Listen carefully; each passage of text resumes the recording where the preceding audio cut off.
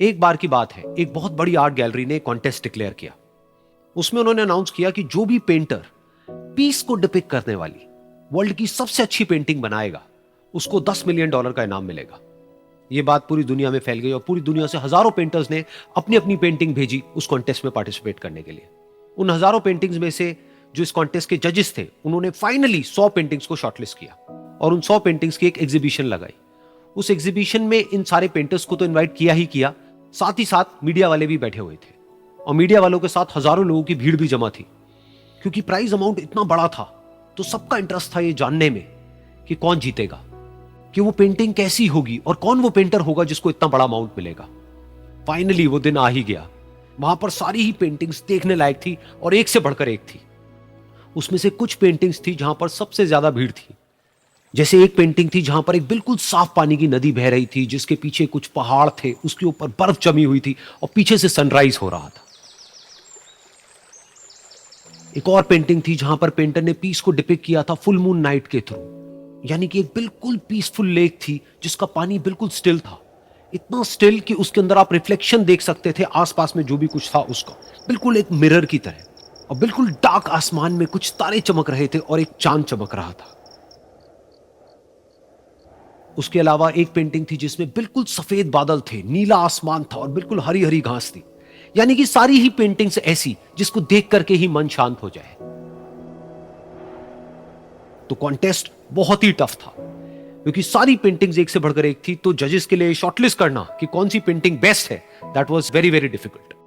लेकिन वो मोमेंट आ ही गया जब जजेस ने अपना माइंड मेकअप कर लिया और एक पेंटिंग को इन सारी पेंटिंग्स में से सिलेक्ट कर लिया और उस पेंटिंग को एक बड़े से कर्टेन के पीछे रख दिया। सामने वो सारे पेंटर्स बैठे हुए थे, मीडिया वाले थे और हजारों लोगों की भीड़ थी। सबकी क्यूरियोसिटी बढ़ती चली जा रही थी क्योंकि अमाउंट बहुत बड़ा था। लेकिन जैसे ही वो पर्दा हटा और सामने से सबने उस पेंटिंग को देखा तो सब हैरान रह गए। सब एक दूसरे की शक्ल देखने लगे। किसी को कुछ समझ नहीं आ रहा था कि एक्चुअल में हो क्या रहा है, क्योंकि वो पेंटिंग जो वहां पर दिख रही थी वो दूर दूर तक शांति को डिपिक्ट नहीं कर रही थी। तो सबको लगा कि शायद उस आर्ट गैलरी से कोई गलती हुई है या जजेस से कोई गलती हुई है और किसी गलत पेंटिंग को वहां पे रख दिया है। तो कुछ पेंटर्स एक साथ गए, जाकर के उस आर्ट गैलरी के ओनर से मिले और जाकर के उससे पूछा कि क्या ये कोई गलती है, गलती से कहीं कोई गलत पेंटिंग तो आपने वहां पे नहीं रख दी है। तो आर्ट गैलरी वाला थोड़ा सा मुस्कुराया और बोला, नहीं ये पेंटिंग बिल्कुल ठीक है, जजेस ने इसी पेंटिंग को सिलेक्ट किया है और यही पेंटिंग आज की विनर है। सारे पेंटर्स ये जवाब सुन करके गुस्से से भर गए और सबने मिल करके रिवोल्ट कर दिया। और ये देख करके सारे मीडिया वाले अपनी अपनी जगह से खड़े हुए और भागते हुए गए उस आर्ट गैलरी के ओनर के पास में और अपने अपने माइक्स उनके मुंह के आगे कर दिए। तो अगेन वो आर्ट गैलरी का जो ओनर था वो हल्का सा मुस्कुराया और उसने कहा कि मुझे कुछ बोलने से पहले एक बार इस पेंटिंग को आप लोग ध्यान से देखिए, थोड़ा पास से देखिए, शायद आपको कुछ ऐसा नजर आए जो दूर से नजर नहीं आ रहा है। क्योंकि आप सबने एक चीज तो देख ली कि इस पेंटिंग में आंधी है, तूफान है, चारों तरफ सब कुछ तहस नहस हो रहा है, आसमान में बिजली कड़क रही है, काले बादल हैं, ये सब तो आपने देख लिया। लेकिन एक चीज नहीं देखी कि इस पेंटिंग में एक घर भी है। उस घर में एक छोटी सी खिड़की है जहां पर एक आदमी खड़ा हुआ है।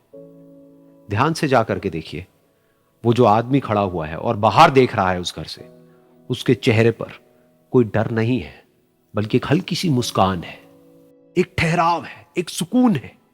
और यही है शांति का असली मतलब।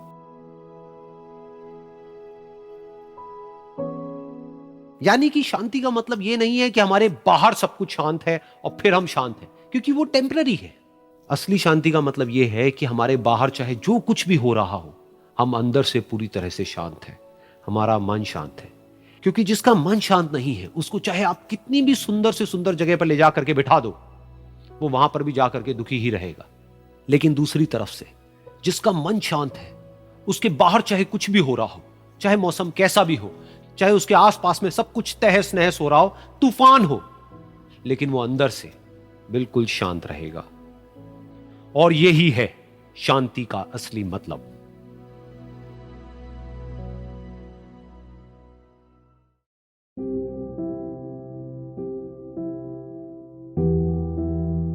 एक बार की बात है, एक छोटे से गांव में एक आदमी रहता था।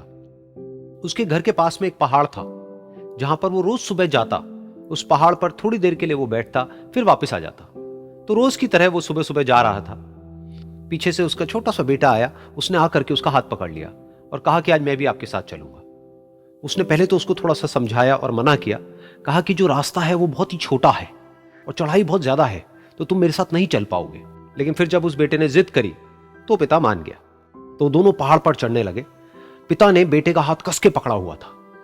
लेफ्ट साइड में पहाड़ थे, राइट साइड में खाई थी और रास्ता बहुत ही छोटा था।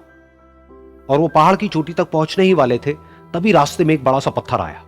क्योंकि पिता उस रास्ते पर रोज आता था तो उसको पता था कि वहां पे पत्थर है, तो वो साइड से निकल गया। लेकिन जो बेटा था उसका ध्यान कहीं और था, तो उसका घुटना जा करके उस बड़े से पत्थर पर टकरा गया। तो फिर उस बच्चे के मुंह से एक चीख निकली, और जैसे ही वो चीखा उसकी आवाज उन पहाड़ों में गूंजने लगी। इससे पहले उस बच्चे ने कभी भी अपनी आवाज की गूंज नहीं सुनी थी, तो उसे समझ नहीं आया कि क्या हो रहा है। वो अंदर से थोड़ा सा घबरा गया। उसे लगा कि शायद कहीं कोई है जो छुप करके उसको देख रहा है और उसका मजाक उड़ा रहा है। फिर उस बच्चे ने बोला, कौन हो तुम? कौन हो तुम? तो जब उस बच्चे ने इस गूंज को सुना, उसे गुस्सा आ गया। उसे लगा कि कौन है ये जो मेरा मजाक उड़ाए चले जा रहा है। फिर उसने गुस्से से कहा, मैं तुम्हें छोड़ूंगा नहीं। और फिर जैसे ही उसने इस गूंज को सुना, वो घबरा गया। उसके पिता समझ गए थे कि क्या हो रहा है। उसने अपने पिता का हाथ कस के पकड़ लिया और उनसे पूछा, कौन है ये जो मुझे इतना तंग कर रहा है? कौन है ये जो मुझे इतना डरा रहा है? तो उसके पिता थोड़ा सा मुस्कुराए और उन्होंने खाई की तरफ देखा और जोर से बोला, मैं तुमसे बहुत प्यार करता हूं। ये सुनकर वो बच्चा हैरान हो गया। उसे समझ नहीं आया कि हो क्या रहा है, कि वही इंसान जो उसका मजाक उड़ा रहा है और उसको तंग कर रहा है, वो उसके पिता को बोल रहा है कि मैं तुमसे बहुत प्यार करता हूं। तो उसके पिता ने अपने बेटे को देखा और वो समझ गए कि उसके मन में क्या चल रहा है। और फिर दोबारा उन्होंने बोला, तुम बहुत अच्छे हो। और ये सुनकर उनका बेटा भी थोड़ा सा मुस्कुराया और पूछा अपने पिता से कि ये क्या हो रहा है। और फिर उसके पिता ने अपने बेटे को समझाया, ये जो आवाज तुम सुन रहे हो ना, ये किसी और की नहीं है, ये तुम्हारी ही आवाज है जो कि पहाड़ों में गूंज रही है, और तुम्हें अपनी ही आवाज सुनाई दे रही है। जैसा तुम बोलते हो ठीक वैसा ही तुम्हें सुनाई देता है। अगर तुम गुस्से से कुछ कहोगे तो पलट करके जो आवाज आएगी उसमें भी गुस्सा होगा, लेकिन अगर तुम कुछ अच्छा कहोगे तो वो आवाज भी अच्छी होगी। बिल्कुल इसी तरह से हमारी जिंदगी में भी होता है। जैसा तुम अपने मन में इस जिंदगी के बारे में सोचते हो, ये जिंदगी तुम्हारे लिए बिल्कुल वैसी ही हो जाती है। अगर तुम मन ही मन अपने आप को ये बोलते रहोगे कि मेरी जिंदगी तो बहुत ही बुरी है, तो तुम्हारी जिंदगी सच में बुरी हो जाएगी। और अगर तुम अपनी जिंदगी से प्यार करोगे तो तुम्हारी जिंदगी भी तुमसे प्यार करेगी। ये बात उस बच्चे के दिमाग में घर कर गई और फिर वो दोनों उस पहाड़ की चोटी पर गए। लेकिन बच्चे के दिमाग में यही बात घूम रही थी। और फिर वो बच्चा खिलखिला के हंसा और उसने अपने दोनों हाथ खोले और अपनी पूरी ताकत से बोला, मैं तुमसे बहुत प्यार करता हूं।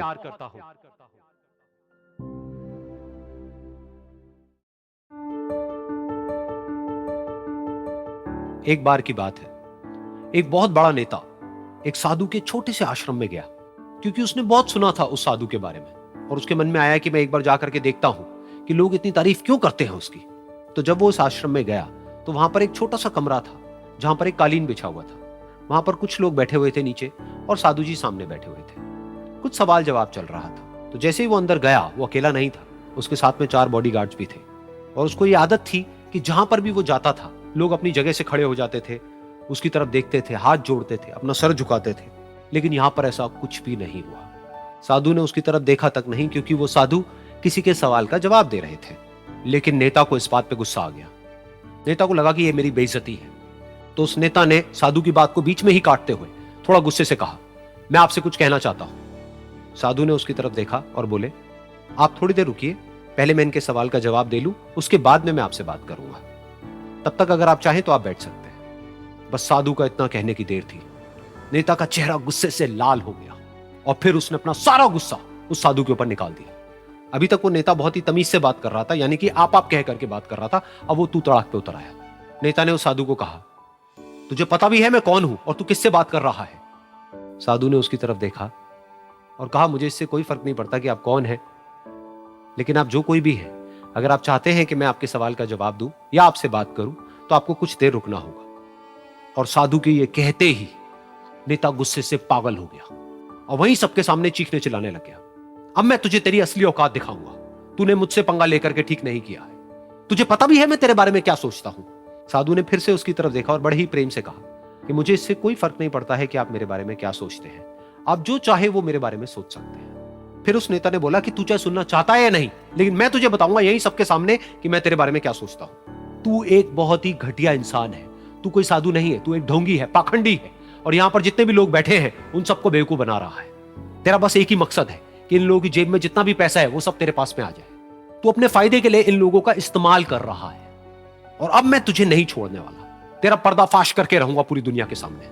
लेकिन उसके इतना बोलने के बाद भी उस साधु के चेहरे पर हल्की सी मुस्कान बनी ही रही। ये देखकर वो और तिल मिला गया और उसने कहा, अब बहुत हुआ, अब मैं यहां एक मिनट भी नहीं रुकने वाला, लेकिन अभी भी तेरे पास में मौका है। अगर मुझसे माफी मांगनी है या मुझसे कुछ कहना है तो कह सकता है। इतना सब होने के बाद भी साधु बिल्कुल शांत था और उनके चेहरे पर एक मुस्कान थी। उन्होंने अपनी आंखें बंद कर ली। फिर साधु ने अपनी आंखें खोली, हाथ जोड़े और कहा कि मुझे आपसे कोई गिला शिकवा नहीं है, मेरे मन में आपके लिए कोई भी गलत ख्याल नहीं है। जो भी आपने मेरे बारे में कहा वो आपकी अपनी सोच थी, तो मुझे आप में कोई भी बुराई नजर नहीं आती है। मुझे आप एक बहुत ही भले इंसान लगते हैं। और साधु के इतना कहते ही नेताजी का दिमाग 7वें आसमान पर पहुंच गया। उनके चेहरे पर एक अजीब सी खुशी थी, क्योंकि उस साधु ने वो ही कहा जो बाकी सब लोग उस नेता को कहते हैं। और वो खुशी खुशी उस आश्रम से अपने घर की तरफ चला गया और जा करके अपने पिताजी के साथ में बैठ गया। उसके पिताजी की आंखें बंद थी और वो ध्यान में थे। पूरी जिंदगी उन्होंने सिर्फ लोगों की सेवा करी और बदले में कुछ भी एक्सपेक्ट नहीं किया। तो थोड़ी देर बाद जब उन्होंने अपनी आंखें खोली और देखा अपने बेटे को अपने साथ बैठे हुए, तो उनके बेटे के चेहरे पर आज एक अजीब सी खुशी थी जो आज से पहले उन्होंने कभी नहीं देखी थी। फिर उसने एक एक करके सब कुछ बताया कि आज क्या हुआ, किस तरह से वो आश्रम गया, वहां पर क्या हुआ, उसने क्या कहा, उन्होंने क्या कहा। तो जब इसके पिताजी ने पूरी बात सुनी तो थोड़ा सा मुस्कुराए और अपने बेटे को देख करके बोले कि उन्होंने तुम्हारी तारीफ नहीं करी है, क्योंकि उन्होंने वो नहीं कहा कि जो तुम हो, उन्होंने वो कहा कि जो वो खुद है। और तुमने जो भी कुछ उनको कहा वो नहीं कहा कि जो वो है, बल्कि तुमने वो कहा जो तुम खुद हो। यही बात वेदों में भी कही गई है, यथा दृष्टि तथा सृष्टि। ये दुनिया तुम्हें वैसी नहीं दिखती है जैसी कि ये दुनिया है। ये दुनिया तुम्हें वैसी दिखती है जैसे तुम खुद हो। जिसकी नजर जैसी है उसके लिए ये दुनिया वैसी ही है। तो अगर तुम अपनी दुनिया को बदलना चाहते हो तो उसका सिर्फ एक तरीका है, अपनी नजर को बदलो।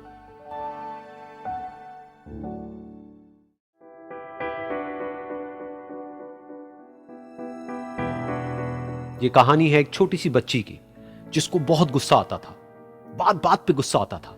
और जब उसको गुस्सा आता था तो वो ये नहीं देखती थी कि उसके सामने कौन है, और जो उसके मन में आता था वो सब बोल देती थी। कई कई बार तो वो कुछ चीजें उठाती और जमीन पे फेंकती और तोड़ देती। तो उसके माँ बाप बहुत परेशान हो गए, उनको समझ नहीं आ रहा था कि वो क्या करें। उन्होंने बहुत कोशिश करी उस बच्ची को समझाने की अलग अलग तरीके से, लेकिन वो बच्ची समझ ही नहीं रही थी। फिर एक दिन उसकी माँ ने उसकी ट्यूशन टीचर से बात करी, क्योंकि ट्यूशन टीचर ही एक ऐसी थी जिसकी कि वो बात सुनती थी। तो उसकी टीचर ने उसकी माँ की सारी बातों को सुना और उनको बोला कि आप चिंता मत करो, आने वाले कुछ दिनों के अंदर अंदर ही इस बच्ची का गुस्सा पूरी तरीके से खत्म हो जाएगा। उसकी माँ को समझ नहीं आया, लेकिन फिर भी उन्होंने कहा कि कोशिश करने में क्या जाता है।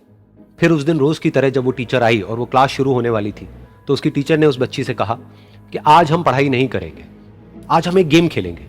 तो बच्ची ये सुन करके बहुत खुश हो गई। फिर टीचर उस बच्ची के साथ में उस घर के पीछे एक दीवार के पास में जाकर के खड़ी हो गई और उस टीचर ने उस बच्ची को कहा कि गेम ये है कि अब जब भी तुम्हें गुस्सा आए, तुम्हें कील लेनी है और यहां पर आकर के इस दीवार में गाड़ देनी है, थोड़ी सी, जितनी हो सके। फिर उस बच्ची ने टीचर से पूछा, लेकिन इससे क्या होगा? तो टीचर ने कहा कि जब ये गेम खत्म हो जाएगी तो तुम्हें एंड में एक प्राइज मिलेगा। फिर उस बच्ची ने बिल्कुल वैसा ही किया जैसे कि उस टीचर ने कहा था, यानी कि अब उसको जब भी गुस्सा आता तो वो जाती और जा करके एक कील उस दीवार में गाड़ देती। तो जैसा कि उस लड़की को बहुत गुस्सा आता था, तो पहले ही दिन वहां पर 10 से ज्यादा कीलें गड़ गई।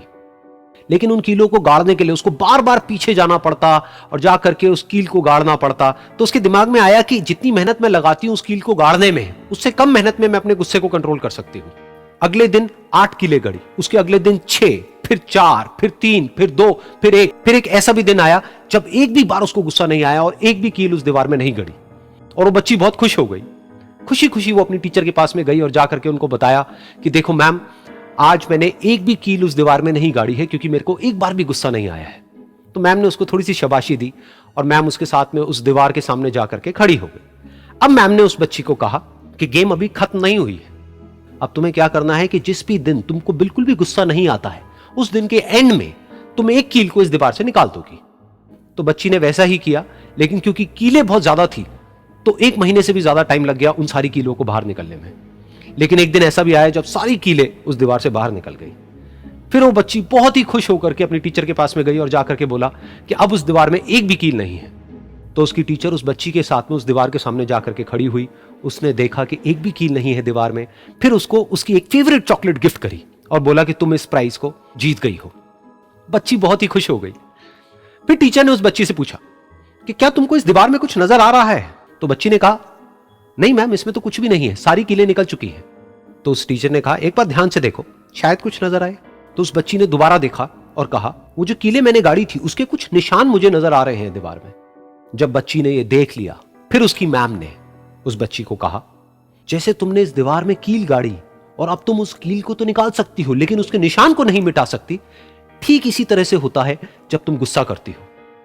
जब तुम गुस्सा करती हो अपने माँ बाप पे या किसी पे भी, तो उनके दिल पर चोट लगती है, उनको दर्द होता है और वहां पर एक निशान रह जाता है। उस निशान को तुम चाह करके भी हटा नहीं सकती, फिर चाहे तुम उनसे जितना मर्जी माफी मांग लो। ये सुनकर बच्ची को अपनी गलती का एहसास हुआ और वो रोने लगी और वो भागती हुई गई और अपनी माँ के पास में जाकर के उनसे गले लग गई और अपनी माँ को बोली कि मम्मा, मैं आज के बाद कभी गुस्सा नहीं करूंगी, मुझे समझ आ गया है मैंने क्या गलती करी। और उस दिन के बाद उस बच्ची ने कभी गुस्सा नहीं किया।